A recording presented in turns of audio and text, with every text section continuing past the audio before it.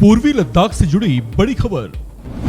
क्या भारत ने पूर्वी लद्दाख में 26 पेट्रोलिंग पॉइंट्स तक पहुंच खो दी है? गणतंत्र दिवस से पहले एक ऐसी खबर पर चर्चाएं तेज हैं जो चिंता बढ़ाने वाली हैं। खबर यह है कि भारत ने ईस्टर्न लद्दाख क्षेत्र में अपने कुल 65 गश्त बिंदुओं या पेट्रोलिंग पॉइंट्स तक अपनी पहुंच को खो दिया है। एनडीटीवी की एक रिपोर्ट के मुताबिक लद्दाख के मुख्य शहर लेह की पुलिस अधीक्षक पीडी नित्या ने रिपोर्ट में लिखा है कि वर्तमान में काराकोरम दर्रे से चुमुर तक कुल 65 पेट्रोलिंग पॉइंट्स फैले हुए हैं, जहां आईएसएफ या इंडियन सिक्योरिटी फोर्स नियमित रूप से गश्त करती रही हैं। लेकिन इन 65 पेट्रोलिंग पॉइंट्स में से 26 पर हमारी उपस्थिति खत्म हो गई है।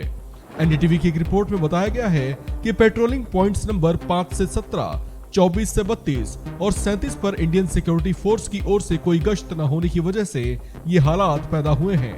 बताया जा रहा है कि रिपोर्ट पिछले हफ्ते दिल्ली में देश के शीर्ष पुलिस अधिकारियों के वार्षिक सम्मेलन में दायर की गई थी, जिसमें प्रधानमंत्री नरेंद्र मोदी, केंद्रीय गृह मंत्री अमित शाह और राष्ट्रीय सुरक्षा सलाहकार अजीत डोभाल ने भी भाग लिया था।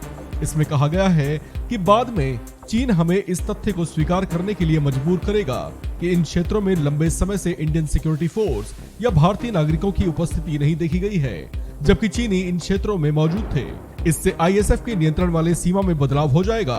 भारतीय पक्ष की ओर से ऐसे सभी पॉकेट्स के पास बफर जोन बनाया जाता है। ऐसे में कहा जा रहा है कि भारत का इन क्षेत्रों पर नियंत्रण समाप्त हो सकता है।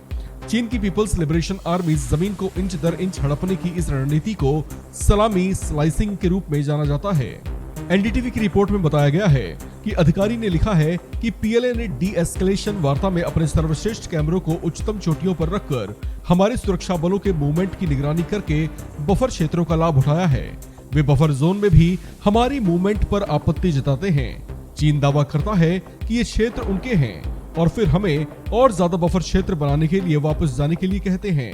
पीडी नित्या ने कहा कि चीन की रणनीति गलवान घाटी में देखी गई थी, जब 2020 में घातक झड़प हुई थी, जब आमने सामने की लड़ाई में चीन और भारत के कई सैनिक जख्मी और मारे गए थे। नित्या ने यह भी कहा कि इन क्षेत्रों को सीमा से बाहर चिन्हित करना और उन्हें खाली रखना भी सेना के मनोबल को प्रभावित करता है। हालांकि सरकार ने अभी इस खुलासे पर कोई टिप्पणी नहीं की है।